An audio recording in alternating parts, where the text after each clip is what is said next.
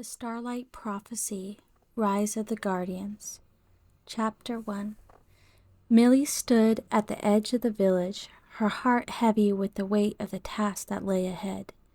She was no stranger to hardship, having grown up in a small, close-knit community nestled in the heart of the forest. But now, as she prepared to embark on her journey to save the kingdom, she couldn't help but feel a sense of dread. Tall and lean, with auburn hair that fell in loose waves around her shoulders, and piercing brown eyes that sparkled with determination, Millie was known throughout the village for her fierce spirit and many, many pranks she would pull on the other villagers. She would often act out due to the amount of pressure she felt on her. For when she was around 8 years old, her and the other children in the village were lined up to receive their prophecy. Millie was very excited, hoping she would get a prophecy where she gets to play all day and night, forever and ever. But the village elder hobbled up to her slowly, reaching her hand out and patting Millie's head softly with a smile on her face. The elder announced to the crowd that Millie had a connection to an ancient prophecy that foretold the coming of a hero who would wield the legendary Starlight bow and save the kingdom from the darkness that threatened to consume it. Millie didn't understand anything about what that meant, but the gasps and cheers from the adults must have meant it was really good. She did not expect her life to suddenly change after that. She was constantly pressured in training and being more responsible ever since. From a young age, Millie had known that she was destined for greatness, and she had spent years honing her skills in preparation for that day when she would fulfill her destiny, and she hated every second of it. She would often escape the clutches of her teachers and hide in the trees, picking apples and messing with the birds, occasionally throwing some of those apples at innocents that dare get too close to her trees. The only one who she allowed near when she was in these types of moods was her best friend. Climbing up to her was Finn, her closest friend and companion. Tall and broad shoulders with sandy blonde hair and ocean-like eyes that twinkled with mischief. Finn was the yin to Millie's yang, where she was fierce and unruly. He was light-hearted and charming, always ready with a smile and quick joke to lighten the mood. But beneath his easygoing exterior, Finn harbored a deep sense of loyalty and devotion to Millie.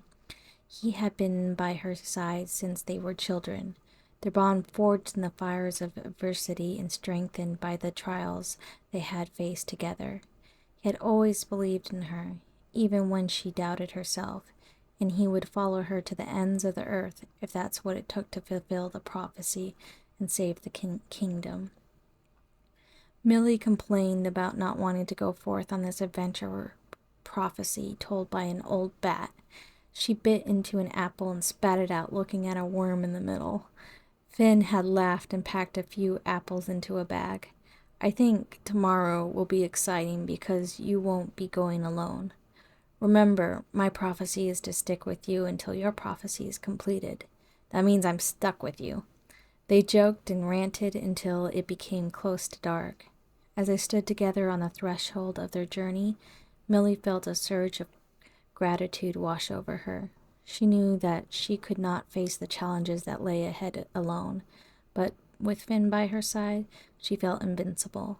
Together they would brave the unknown and discover the truth that awaited them at the end of their journey. And as they set out onto the forest, hand in hand, they knew that no matter what lay ahead, they would face it together, united in purpose and in heart. The first light of dawn painted the sky in hues of pink and gold as Millie and Finn gathered their supplies. The air was charged with anticipation, the weight of their impending journey hanging heavy around them. Millie adjusted the straps of her pack, double-checking that she had everything she needed for the road ahead. Finn stood beside her, his expression a mix of excitement and nervousness. His hands moved quickly as he packed his own belongings. his movements fueled by a sense of urgency. The villagers had warned them of the dangers that awaited beyond the safety of their home, and neither Millie nor Finn could afford to be unprepared. Outside these forests is a very unforgiving world. As they made their final preparations, the villagers began to emerge from their homes, drawn by the commotion. Millie and Finn's departure was a somber occasion, a reminder of the uncertainty that lay ahead for both of them in the village they called home. One by one, the villagers approached Millie and Finn, offering words of encouragement and gifts for their journey. Some pressed bundles of food into their hands, while others offered trinkets and charms for luck. Each farewell was filled with heartfelt emotion, a testament to the bonds of friendship and community that had been forged over the years. Millie felt a lump form in her throat as she said goodbye to her closest friends and neighbors. She had grown up in this village, surrounded by people who had watched her grow from a child into the young woman she had become. Leaving them behind felt like leaving a piece of herself behind as well. But as difficult as it was to say goodbye, Millie knew that she couldn't let her fear hold her back. She had a duty to fulfill, a destiny to embrace, and the village would never let her back without fulfilling this prophecy. She tried hard not to grimace as the village cheered for her. With one last look back at the village that had been her home for so long, Millie squared her shoulders and turned to face the road ahead. Finn fell into step beside her. His determination matched her own, and as they set out on their journey towards the Starforge. Once they were out of view, Millie slouched and groaned, pulled on strands of her hair. I could be stealing some of Sandra's apple pie off her windowsill right about now and eating it and sharing it with you upon the hilltops. One of Finn's eyebrows went up as he walked beside her. That's why she always made two, because you really got in the habit of doing that, you little goblin. The road stretched out before them, winding its way through the fields and forests toward the distant mountains that loomed on the horizon. The journey would be long and arduous, filled with challenges and obstacles that neither Millie nor Finn could anticipate. But as they walked side by side, Millie felt a sense of hope begin to blossom within her. No matter what they lay ahead, she knew that as long as she had Finn by her side, she could face anything that came her way. Together, they would brave the unknown and discover the truth that awaited them at the end of their journey.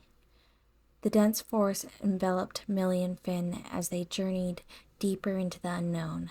The path twisted and turned, obscured by the thick foliage that loomed overhead.